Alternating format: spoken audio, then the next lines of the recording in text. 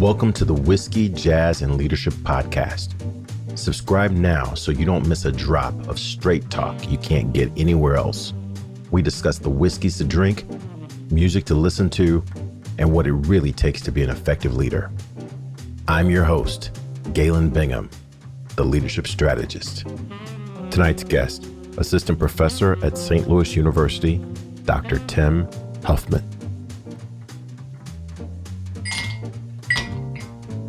Hey, what you drink?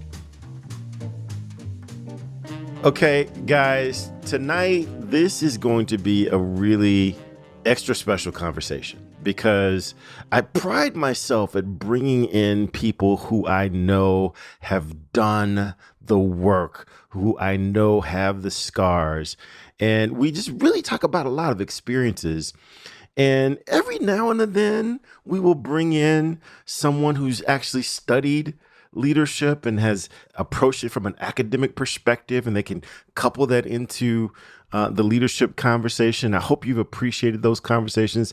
Tonight, we're going to go full on, really understanding the elements of what goes into being an effective leader. Probably more from a communication standpoint, because this guy is a Ph.D. in a number of different things, but he specializes in communication. And so with that, I want to bring in Dr. Timothy Huffman. Come on into the room, man. How you doing? Pretty good. Pretty good. Thanks for having me. Well, hey, man, well, come on in. You know, we met at a gathering for a nonprofit organization that, you know, I was on the board for the St. Patrick Center for, I don't know, 1,500 years. And finally they said, okay, Galen, you don't need to come anymore. You're good. And so I stopped coming. And right after I stopped coming, they brought you in. And so it was kind of a board function. And, you know, you go around, you meet everyone and try to have conversations, but I'm kind of an old fogey relative to the board. So, you know, I was trying to be engaging, but you guys are doing so much more than what we were doing when I was there. But when I had an opportunity to talk with you, I just really enjoyed the conversation. And hey, look, I got this podcast. We talk about leadership. We talk about a number of things. Would you mind joining? And unfortunately, you said, yeah, why not? Here I am. I'm happy to talk about leadership and not leadership, which I think is equally important. Exactly. So I got a bunch of questions, but everyone knows that this conversation is just amusing until I ask, so what you drinking? I am drinking chai tea. It's a cold and gray day here in St. Louis, and I've skipped the whiskey and gone straight to the tea. Oh my. Now, chai tea, is that something that you have warm, or can you have it over ice? I mean, chai tea can be cool. You could get it like blended with ice cream or whatever, but yeah, it's a warm drink today. Gotcha. Okay. Well, hey, I put a lot of thought into the whiskeys that I bring and that I sip while on the show. And so I've got, my listeners know I don't drink a lot of rye. I haven't found a whole lot of ryes that hit my palate the right way until I happened across this rye, and a buddy of mine told me that it was the one that I needed to pick up. And so I grabbed Thomas Handy rye and fell in love with it. And I started going around saying, you know, hey, I got to stop saying that I don't like rye because I absolutely love this. I absolutely love this one. And then some other people said, well, Galen, Thomas Handy rye, that's not a regular rye. So you still might not like rye just because you like this one. So I'm going to crack this, and you can see, but others can't. I've had this bottle for about 7 years, so I'm nursing this bad boy. So very sparingly, I'm going to crack this open. Don't know that I've ever sampled this on the podcast. And yeah, so I'm going to jump into this because this is kind of a special conversation. And it was surprising to me when I tried this. And I think that this conversation is going to be as surprising as our conversation began at the St. Patrick Center. So, I promise I'll make it go a little awry. ta-doom. Exactly. So while I enjoy this Thomas Handy ride, share a little bit about your background because you're relatively new to the area, and so I always find it interesting the background that people bring to this region because this region tends to really admire people from here. And so when you come from outside, I laughingly say no one ever moves to St. Louis. People usually move back to St. Louis. But you moved to St. Louis. So tell a little bit about your background and what brought you to this part of the country. Yeah, sure. So I was born in Long Beach, California, so pretty different than the Midwest. And when I was 14, I moved to Teutopolis, Illinois, which is a town of 1,400 people in the middle of Illinois. And I went to college at Southern Illinois University, Edwardsville, and I met the person who would become my future wife there. But then I moved on. I lived in Arizona. I lived in California. I lived homelessly for about 6 months. And then I got my Ph.D. at Arizona State University in human communication. And while I was there, I studied homelessness and the social components of it and how people organize in response to it. And then my first job was at Loyola Marymount University in California. And then, back to St. Louis. And I'm here in large part because of St. Louis University as a Jesuit institution. It's committed to justice, equity, service to people in poverty. I study homelessness and how we communicate and organize in response to social justice issues. So seems like a perfect place to be. And this is my 7th year here. And I found St. Louis to be a beautiful place to operate in, to organize in, really, really interested, dedicated academics and professionals connected to all kinds of social issues. It's a really, in some ways, the best parts of the United States and the worst parts all rolled into one. And that makes activist life, important but doable. Wow, that is an incredibly interesting background. I don't know that I think I'm pretty safe with saying no one else on my show has ever been able to describe a background as diverse as yours. And homelessness, the fact that you were homeless for a few months, that really strikes a chord with me because the St. Patrick Center is an organization that's dedicated to ending homelessness in the state of Missouri. And when I first moved to Missouri, I was really committed to trying to get involved in the community somehow. And several executives suggested that I get involved with the St. Patrick Center. And I went down to the center, I heard the story, and I was really, really taken aback by the commitment that they had to actually living the mission that they put forward. I used to jokingly say, hey, I've lived in a lot of places and I've belonged to a lot of churches. And every church I belonged to had a building fund, but their building was like in need of repair.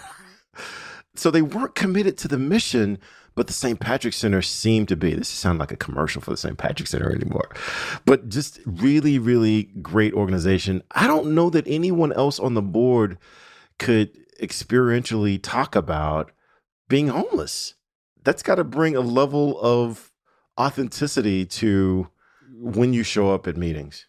I mean, yeah, but what I would say is that for me, it was the beginning, but it's not really the primary way I encounter the work. For me, my homelessness was largely intentional. And I like to make the distinction between being impoverished and homeless.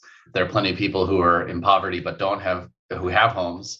And some folks who are living without homes aren't currently impoverished, right? So at the time I was living homelessly, I had a job, I had a car, I had health insurance, but I was living on the streets as a way of trying to understand the world and connect with both myself and also the issues that I wanted to know more about. And so I tend not to lead with that when I meet people. I tend not to lead with it, in a job interview or whatever. But it really helped me understand how I encountered some of the elements. And then it sharpened the way that I ask questions of other people who are experiencing it in a way that is more destitute, that it involves more oppression, more marginalization, more risk of early death, which is one of the most profound measures of poverty. So for me, like, I would always rather ask the better question than be the person who can speak from experience, right? Because it's not my experience that the St. Patrick Center is organized around. It's the experience of other people's, who in some ways are so radically different than my own. So for me, like, it helps me ask good questions. Mostly questions is how I try to occupy that space, because it's the experiences of other people that are the most important. I'll tell you, this topic of questions was one of the topics that you and I connected a little bit on, because I was really taken by, as I've shared with you and as I've shared with my listeners, I've been taken by the work of Hal Gregerson, who is also a lecturer, a professor. I was able to study some of his work there for a little bit, but he's the author of the book, Questions Are the Answer. And his real, I don't know, the topic that I've learned from him that has haunted me since is that the only thing worse than coming up with the right answer, coming up with the wrong answer, is coming up with the right answer to the wrong question. And that questions are the answer. Answers change all the time, but a good question will always drive the discussion. That seems to be at the core of at least the conversation that you and I had. What has been your journey into understanding and appreciating questions? All right, so you cited some folks, so I'm going to cite some folks. So one of my favorite philosophical traditions is called pragmatism. It's an American philosophical tradition. Dewey James, Richard Rorty, Cornel West falls into this category. Charles Sanders Peirce. Anyway, one of the pragmatic maxim is the way that you can tell the difference between two claims of knowledge is whether or not those two claims lead the person who holds them to different actions. Does that make sense? So if you believe one thing about how gravity works, and I believe another thing about how gravity works, but we both behave the exact same way with respect to gravity, how different are our ideas, really? They might sound different, but if they lead to the same practical outcomes, they're practically the same. So that's kind of piece one. Piece two is when we think about how we come to know things, it's very accurate to say that we know what the people around us let us get away knowing. So if I tell you I'm going to get a different job, and you say, Tim, why are you getting a different job? And I say, well, Galen, God and I had a conversation, and God told me that I should change jobs. Now, am I warranted in that assertion? Should I change my job? Well, I can think of some communities where that's a completely reasonable, warranted answer. And I can think of other communities where I would never even think to say that because they would want to hear something like a little more businessy, right? And all of us know this because all of us have multiple communities that have different knowledge stakes, right? That have different rules for what counts as warranted. Right? Okay. So if you take both of these ideas together, the purpose of knowing anything is so that we can act and that we know together, right? That it is by being with other people that we come to know. Then if you take those together, then you have to ask, what do we need to know together in order to act together? Right? And almost all complex problems in society are complex because there are multiple communities who have different standards of warrant. And so if you can ask the right question that can cut through 2 or 3 accounts of what counts as true and come up with something that mobilizes action, you could change shit. So the government needs to know one thing in order to allocate its federal funding. The community needs to know another thing to say, we feel comfortable with this program being in our neighborhood. The people who participate in a particular program need to know another thing in order to trust people before they walk in the front door of that thing that's supposed to help them. The people who work there need to understand how the program is going to work. Donors need to understand some things, but maybe not so much that it's overwhelming about how their money is going to get spent. And you could run around asking a bunch of questions and trying to please everyone all of the time. But my goal is to ask the right, smallest set of questions that please the most number of people so that the right thing can come to pass. Wow. I love this conversation, and I love your approach to this conversation. There is a report that I read many years ago.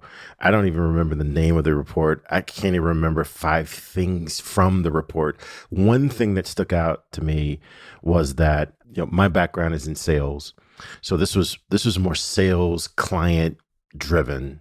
The research was, but the point was that customers value salespeople that can cause them to think differently about their situation. And that has stuck with me for, I don't know, decades now, because it occurs to me that the point of questions is to cause people to think differently about the situation, about whatever it is that they're trying to do together.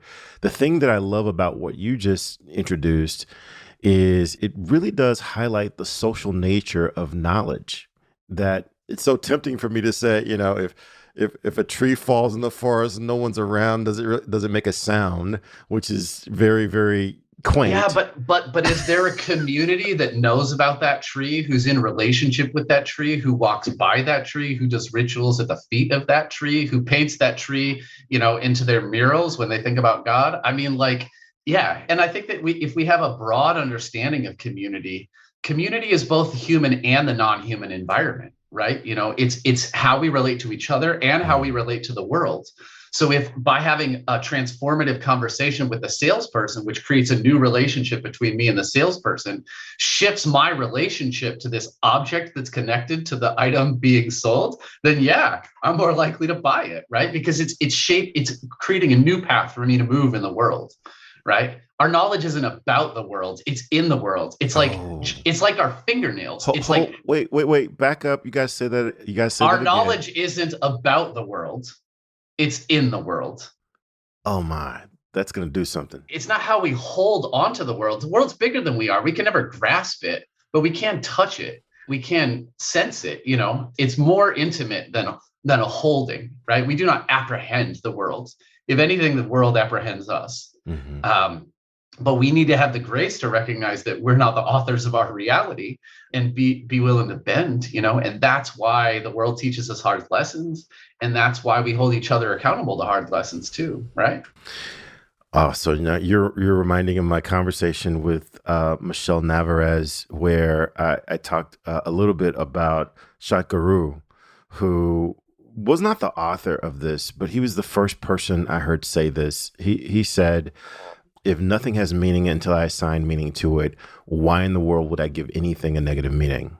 Because I am in control of what that means to me. It might not be the absolute truth, Yeah. but it's the meaning that I assign to it, and that just seems to be in line with what you just shared." Yeah, I mean, the darker read though is we grapple with the meaning making legacies of the past.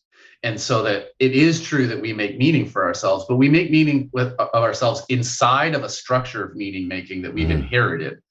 And the fancy word we might say is like imbricated, right? It's like layered, like Adobe tiles, right? mm, And you could pull one out, right? But that's going to be a lot of work, right? You're affected by the meaning making efforts of others. And a lot of what I think about when I think about communication is like, okay, like what are we receiving from history, right? Like what has brought us to this moment? And how can I be in conversation with that enough so that those stakeholders can be carried along? But how can I project my imagination radically enough into the future so that I'm not determined by that meaning making either? wow. That's great, and I love the fact that we are now starting to think about this in terms of the leader, because a big part, I believe, a large part of what makes someone a leader is how they communicate. And I'm not necessarily just talking about the words that they use or the books that they reference or the that kind of things, but there are a lot of things that go into communication. And one of the things I know that you've got some insight into is, and I'm going to try to use your words here, embodied aboutness. Sure. Yeah. Okay. Talk a little bit about embodied aboutness. All right. Yeah. So that comes from a research study that I did in nonprofit organizations that serve homeless young adults. So if you're going to put your empathy, hat on for a second, think about how hard it is to be told by society that you're not good enough. It's a thing that all people without homes experience, right? Like their efforts to find money to buy whatever they need that day are met with, appeals, that there's some kind of bum, or ignored, or pretended like they don't exist.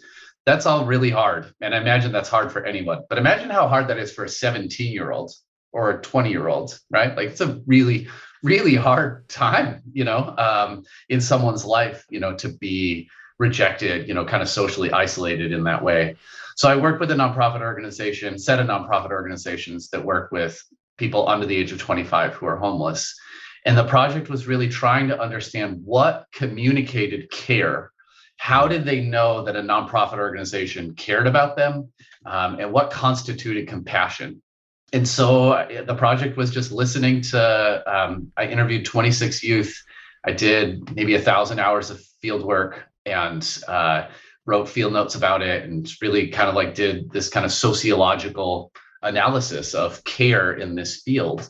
And what I discovered was they read our bodies. When they were in these organizations, they would look at postures, the nonverbal interaction, the eye contact, the direction a person's face was pointed, and they would assign that meaning. And I think that they identify something that is potentially true for many different spaces and many different groups.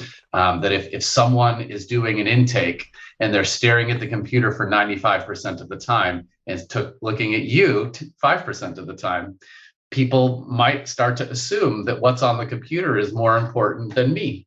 And so, one of the things that I write about is just how important immediacy, so quickly responding to things, going out and finding people if you know that they're there, as opposed to waiting for them to walk in the front door, showing some initiative with respect to the care, the actual physical act of service, so cooking for, cleaning for, but also being willing to turn one's body toward.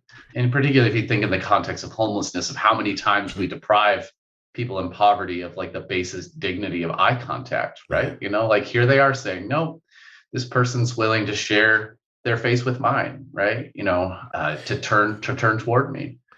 Wow. In some ways, those are such small things, but they have the tendency to carry significant meaning. Also, small things that you might have the privilege of taking for granted. But when you're in the social class that doesn't take them for granted, suddenly they become visible. Exactly. I love it. I love it. As I normally do, I'm starting to see the connections to leadership, right? So many times I can envision being in a room with my manager trying to convey a problem, a challenge that I want their help with, and they're on their phone. Or, I'm listening, right? I'm looking at the computer screen. I'm listening. Go ahead. I got you. And that's sending messages to me, maybe not as significant as the people, but still sending that message. And if it becomes a habit, then it does create this theme that what's on that screen is more important than this problem that I'm bringing to you. Yeah. And it's not just about effectiveness in leadership or in communication. It's also about ethics. So we'll cite somebody else. The Jewish philosopher Levinas argues that being vulnerable to the face of the other causes instantaneously in us this stirring responsibility, the admission that is a person there, and they ought be treated in a way incumbent upon their dignity. And that every other ethical system that's ever been created is just sort of like window dressing to the fact that if there is a face there, if there is a person there, that requires basically an infinite amount of instantaneous concern and care. And this poses a problem, a paradox even for organizational ethics, because organizations don't have a face. You can't respond to an organization because it doesn't have a face, and it doesn't have a face to respond to us, right? And so as denizens of organizations, right, it's we who lurk inside these structures, it becomes incumbent upon us to have a face and to respond to the face in front of us. Hey, it's not too late. Hit that subscribe button so you're sure to catch the next episode. If you're really enjoying the vibe, leave us a review or become a VIP for guest and show exclusives. Cheers.